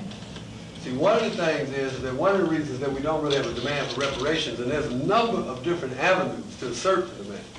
I mean, every time you see a black student coming out of a school where he's been improperly educated, the problem is not that he was in a segregated school. The problem is that his people don't have reparations and so are not able to build the kind of schools and have the kind of teachers that he needs to go to. There's almost language in U.S. Supreme Court decisions which suggests that if anybody had enough sense to come in and raise that, it would give them a great deal of problems dealing with the question. You understand what I'm saying? Right now, for instance, most affirmative action programs are being defeated. And the reason that they're being defeated because the United States Supreme Court is taking the same rationale that the NAACP used around integration and affirmative action and using it against them. They're saying essentially is that white folks are being discriminated against when you get so many people in the school or when you get so much financial aid and they don't get the same proportion, right? They actually get more, but anyway, they still find a way to finagle it, right? And so the situation is that they're also saying these court decisions, well, unless you can show some historic justification for it, then we don't think that you should have it, right? Now, it's almost like telling people, and each and every day, these same lawyers go in there raising those same issues on that same NAACP mentality. But the reality is I think that you have the opportunity to raise them in those kind of cases. You have the opportunity to raise it in relationship to what the Japanese have gotten, in relationship to what the Native Americans have really bits and pieces gotten, but they've gotten some. You know, everybody has been understood to be entitled to reparations except us. So the situation is this. Is that I think that helps create, by awakening our people's consciousness of themselves as a people. The only way they can deny it is to say that we aren't people. You aren't entitled to reparations because reparations are for people. You understand what I'm saying? So they deny your peopleness and try to destroy your peopleness. So the whole concept of the nation, first of all, is absolutely necessary in education in order to support a reparations drive. You can't separate the two, really, okay? Secondly, in my view, and I don't think that we profess to have this all figured out, but the fight for reparations has to be one of the cries for national liberation. And it has to come through things like workers who are unemployed, welfare mothers, rather than fighting to increase the welfare services, they got to go in there on a program that is not just a question of us trying to get handouts or bailouts. We want to be paid back, period, right? And we want our people to be paid back. And see, welfare mothers as individuals, you know, on an international law concept, are not just entitled to be paid back as a self, but they're entitled to be paid back as a nation. That's why the concept of nation is very important. So I think that we have shown a great degree of energy in mobilizing with unemployed workers, with workers in factories, with welfare mothers, and I think in order to make the demand real, We have to get into those circles and to give them the alternative kind of demand. Finally, let me say this. Obviously, like anything else, it's more than just talk or protest. It comes to a point of action. And I think that the reality is, as I see it, once we have made our people in a popular demand for it, it first of all will get international attention. It will get international attention and properly orchestrated. We can get a number of people to support the thing around the country, world. Even people like Russia, who are really, in my view, imperialists themselves. But the reality is that they will look for every chance they can to badmouth the United States of America. So I think that we have to take advantage of that. We certainly have to get support in our native Africa and in various other spots in the world. International pressure has its purposes and it helps. And then finally, what we do is create the ground conditions for us to really advance the struggle here and to win them by defeating the empire that has conquered us. To get right down to it, and to end it like on this, now we will end the fight, wind up getting paid bits and pieces and various different tokens. Might even wind up at some point getting something that they will call reparations, which will be wholly inadequate, right? They'll probably give it to some handkerchief-head Negro and ask them to administrate it. But the only way that you win true and final reparations is that you win the war. You understand what I'm saying? There's a war being waged on us. If you win the war, if you win your national liberation, you get it. Reparations, however, you don't say is unimportant until after you win the war. It is important to raise it now, because that's one of the things that get people involved with the national liberation movement. But the reality is we got to win the war. We will win the war through the collective powers and protests and energies and dynamic of our people, through boycotts, strikes, creative temper, and by straight-out military warfare. And I think a lot of people think that that's not sound talk, but the Vietnamese, which was one of the weakest people in the world, defeated one of the most powerful in the world. It's a question of getting the right kind of pressures on the United States at the right kind of time and applying our pressure at the right spot in order to break their arm, their back, and their neck, right? I think that that's an art that you do in martial arts, right? You take on mighty opponents, and if you can concentrate the energy in the right spot at the right time, you can win. I think our Black Liberation Army is a signal of things to come. I think if you turn all these youth that are out here shooting each other now into revolutionaries, the United States has a serious problem. Right? That's right. I think that the factories have a serious problem once you get people who work there, who believe in what we're doing and who are willing to do a number of things in order to support it. In Detroit, not only did the League of Revolutionary Black Workers march and close down a factory there, on several occasions during the 60s, but also something which is less known is that in the 1970s, two brothers sabotaged a whole factory, which closed it down for 2 or 3 days, right? So there's all kinds of potential in order to apply the kind of military pressure which must be applied in order to get our rights. And our people must be taught to defend themselves, because if Marines or soldiers or anybody marches into your door, then somebody needs to get killed other than you. You know what I'm saying? And I think that has to be a thing. Grenadian people attempted to establish a people's army, but I don't think that they had the time necessary to do it. But we have to do that. We have to have the entrained ability to defend ourselves. If we had that, then we wouldn't be getting raped as much, murdered as much, robbed as much, sitting around here waiting for the system to build more jails. And if jails were going to solve the problem, we wouldn't have a problem, because already more of us in jail than ever was. You know what I'm saying? So things like that. But that would be my question. I think that the answer is we got to win the war. All right. Good question. Yes, I have a kind of basic question. I know that the Republic of New Africa is trying to, or the idea is to have 5 states in the south of the United States. So there's a lot of questions that I have around that. But I'm wondering, why would you struggle for 5 states in the United States as opposed to maybe struggling for some kind of liberation for the African continent to be able to possess that part of the world? And also, let's say people that are from Central America, like myself, what kind of struggle would you suggest that they have in some place like Panama, where the land is also not theirs, and different parts of the world? Right, I think you ought to be doing the same thing that we're trying to do. You ought to be trying to free up Panama, or in all other nations which are predominantly black.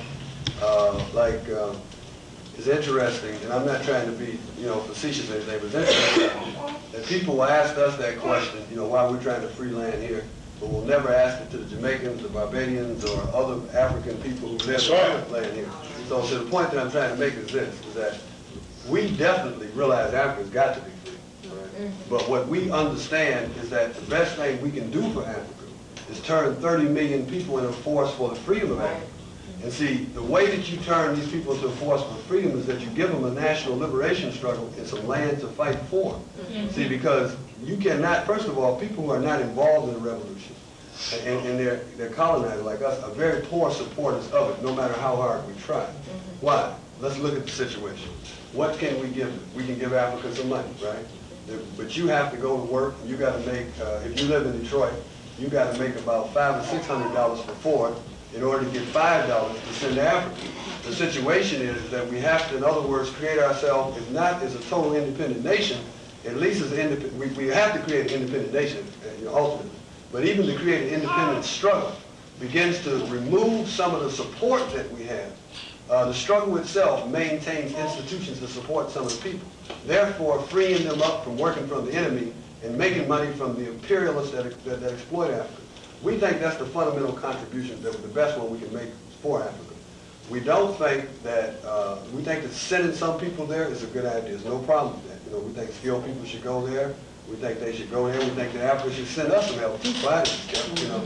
But the reality is that we don't think that 30 million black people whose problem is that they don't have money or don't have an ability to control it and keep it in their communities can really be considered as a primary source for freeing Africa through money. So what we have to free Africa through is by revolution. And those who fight revolutions the best are the ones that's in it, not the ones that's sitting on the sidelines supporting it somewhere else. And so that's why in order to have a revolution, you got to fight for land. You got to fight the land that you live on. You can't just have a revolution somewhere else and call yourself a revolution. So I've been thinking that's the point. But we do support. But see, our way of supporting Africa is by fighting for our freedom, also by sending material aid. We send as much aid over there as anybody else, and perhaps more, right? We've had people over there doing the elections in Zimbabwe, right? The Black Liberation Army, which fights for the independence of New Africa, was sending ZANU more money, apparently, than all these handkerchief-head Negroes that you hear about, right? Because they was liberating money and sending it over there. But at the same time, the way they were able to do that is because they had soldiers and people supporting them who believed in their own freedom, right? That's right. So this is basically the formula that we believe in. But in terms of the 5 states, let me say this. The 5 states historically is where the new African nation began here in America. It is where blacks or Africans from all over Africa came together in North America and became a nation of people. We are a nation of people. We have a culture. We have an economic, identity. We have a political identity. We're just as much a nation as Jamaicans, Barbadians, Panamanians, Guyanans, Panamanians, I'm sorry, and a number of others. I mean, we have the same, as a matter of fact, our histories are quite similar to all those people, right? Okay, same history. And so we also believe that all new Africans in the Western Hemisphere should hook up into alliances, into things of that nature. Not only fight for their own freedom, but fight to help the freedom in Africa. So we do believe in all of those things. So that's why we made that choice. And the 5 states was a political projection. We think that there will be sufficient numbers of black people to move into those areas to take the whole 5 states. Right now, there's already areas which are governed by white minority rule, like the western bank of Mississippi, which we call the Kush District, which also intersects with the southern part of Arkansas, part of Louisiana, and part of Tennessee, has more black people in it than most of the nations some of the most, like they have more black people in it than Guyana. They have more black people than Suriname in that area. And yet white people who only live in that area, something like 1 out of every 8 or 9, control it totally. So that is a non-self-governing territory, just like any other non-self-governing territory in the Western Hemisphere. So we think it's necessary to move to free it, just like we think it's necessary to move to free Panama or anywhere else where our people are colonized. Central America, I think there's a lot of our people there where blacks live in black nations. We think they should fight to free them. Where they live in nations where they can earnestly unite with other oppressed people, like what I think they should be doing in Guyana, where the Indians are there, the East Indians are there and things of that nature. And I think that they should unite with those people and free the nation.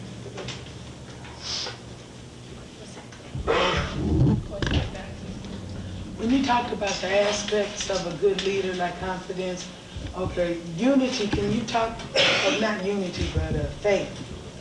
I think, I was thinking in terms of faith brings about unity, but faith, could you elaborate a little bit on that? What were you talking about? Well, when I talk about faith, I mean, actually I'm talking about confidence in what you're trying to do. I'm talking about a fundamental commitment to believe that you can accomplish it, I think it's necessary to have the belief in that you can accomplish it and faith in your mission, that you keep doing it. I'm not talking about a spooky kind of thing. In other words, I don't want you to be believing in something merely, I think that, what we ask of the Spirit, only that it supports the logical thoughts of the mind. You see what I'm saying? What we ask of the emotions, only that they organize around what is positive and what is correct. In other words, we do not ask that a person just believes in something blindly with some kind of spiritual instincts, right? Now, some people do, and as long as they're supporting the right things, we have no problem with it. But the point is that the situation is we think we will get our most committed faith through intelligent decisions based upon knowledge of history, based upon knowledge of present circumstance, and based upon resolve in oneself. So we're talking about faith based upon experience, or at least based upon education, which has been won through other people's experiences, right? So this is what we need, okay? I hope I answered the question. We're gonna just let that be our last question asked here, because our speaker did give a very long presentation. You can hear his voice is kind of weak. So we're gonna close right now. And the way we like to close all of our nation building forum is an oath to the new African nation. First of all, we would like you all to please stand.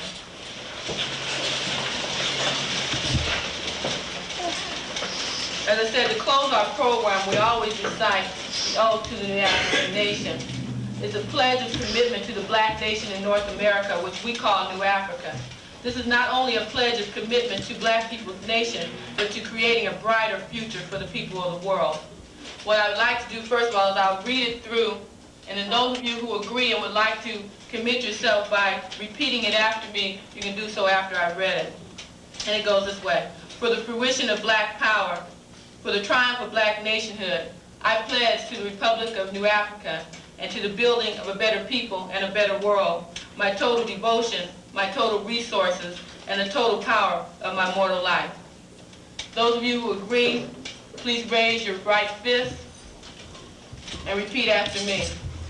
For the fruition of black power, For the fruition of black power, for the triumph of black nationhood, for the triumph of black nationhood, I pledge to the Republic of New Africa I pledge to the Republic of New Africa and to the building of a better people and to the building of a better people and a better world, and a better world, my total devotion, my total devotion, my total resources, my total resources, and the total power of my mortal life. and the total power of my mortal